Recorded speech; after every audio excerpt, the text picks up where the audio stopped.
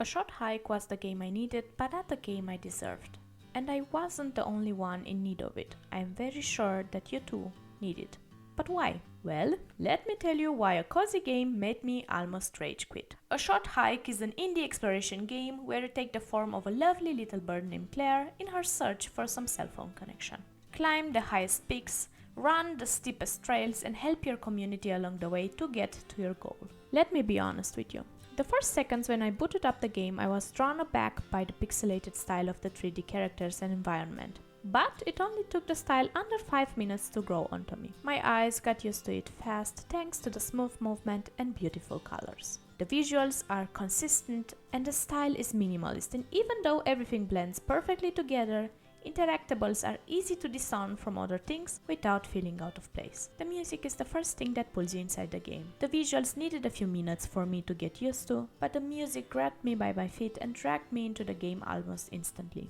It changes depending on where you are during the game, and it's subtle enough not to intrude into your concentration, but it's present to pull you inside the game. Because of copyright, I sadly cannot show you the music. So, I guess you'll have to buy the game. The atmosphere really was something different. Because you see, the games I usually play are more like...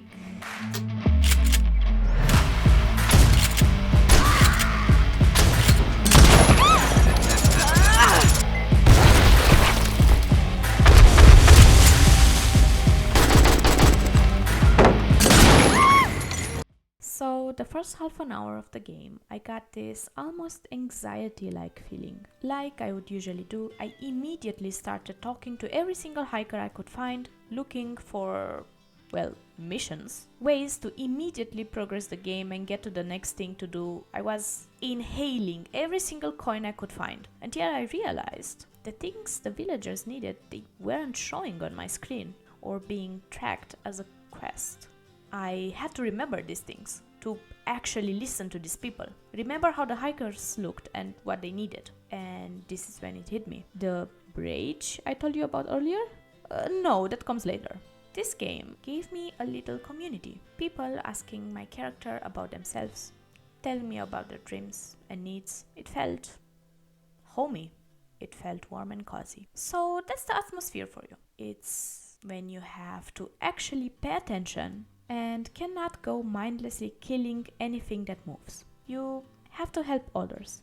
Be a person in a way. A short hike slowed me down exactly when I needed to take a break from all the noise. I finally got to sit down and look around. No more tactics to plan, no more grinding for ammo, no more running for an empty goal, but just me in a little community, having fun, taking in the scenery. Maybe it was a short hike, but a short hike goes a long way. I have seen a ton of people comparing this game with Animal Crossing, and I see where they're coming from. But I'd like to keep these two games separated. A theme we need to talk about is community, as I mentioned earlier. A Short Hike is not a deep game, but it's a good game. The story is short, but makes sense. The characters are simple, but easy to remember. Maybe Short Hike isn't a story of great adventure or colossal wins, but it is a short, warm, and fuzzy story, which I will not divulge to you.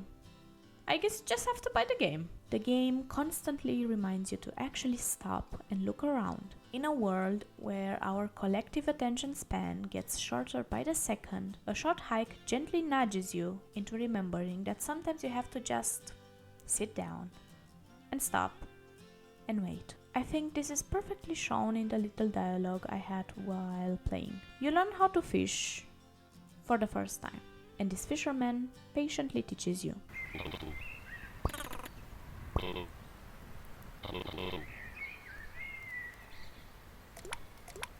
Alright, now that I just killed my retention with that fishing clip, this is when I tell you guys about the gameplay and why I got so goddamn angry playing this game. All the games that have fishing as a sub-mechanic get bonus points from me, so does a short hike.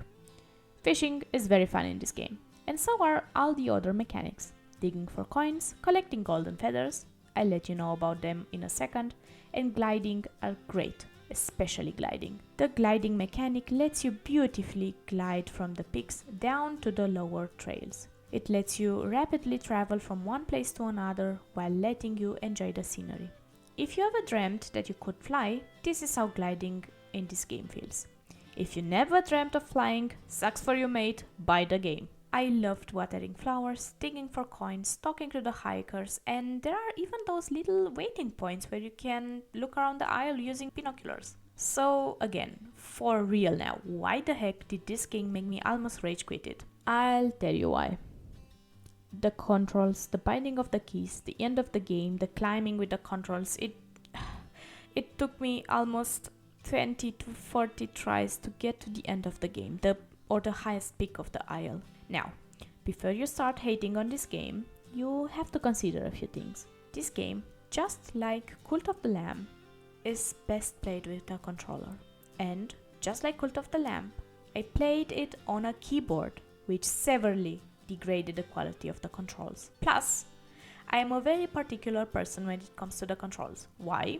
Shortly put, I have ADHD and also I have unbelievably small hands and cannot always comfortably reach keys. That's a negative of being a small person. So why did it take me 20 to 30 tries to reach the top of the aisle? Well, this is when I tell you about the golden feathers too. They let you climb and act like the stamina of your character. The more feathers you have, the longer you climb. When close to the top though, the cold weather freezes your feathers as you go. So you have to manage them like you would do with the stamina you have in other games. Is this part hard? No. But repeatedly missing my controls and falling off the cliff gave me an internal visceral rage you could not imagine. In the defense of the game though, I kept messing my controls throughout the whole game and missing points to dig that were right in front of me. And why is that? Well, so when I played this game, which was yesterday, I had and still have a concussion and a sprained neck. Yeah, work accident, don't worry about it. My reflexes are absolute garbage right now, and so is my train of thought. But that's not because of the concussion. I am usually very all over the place. That's normal for me. Anyways, one more thing. The camera work is great, but a bit confusing at times. The camera follows you around and moves depending on where your character stands or is heading to. It's very, very good sometimes, like these amazing transitions right here. While other times, especially when climbing, it kinda confused my concussed brain. So, would I play it again? Yes. Absolutely, although this time with a controller. This game just landed on my list of games to play on Christmas alongside a ton of other great indie titles. A Short Hike is the game that gave me the break I needed. It costs only like $4 on Steam, so please buy it. Please allow yourself to breathe, to feel, to stop, and just play a game to relax for the fun of it. Not for the achievements, not for the deafening music, but to actually just sit back and take it all in. Happy gaming, and Ember out.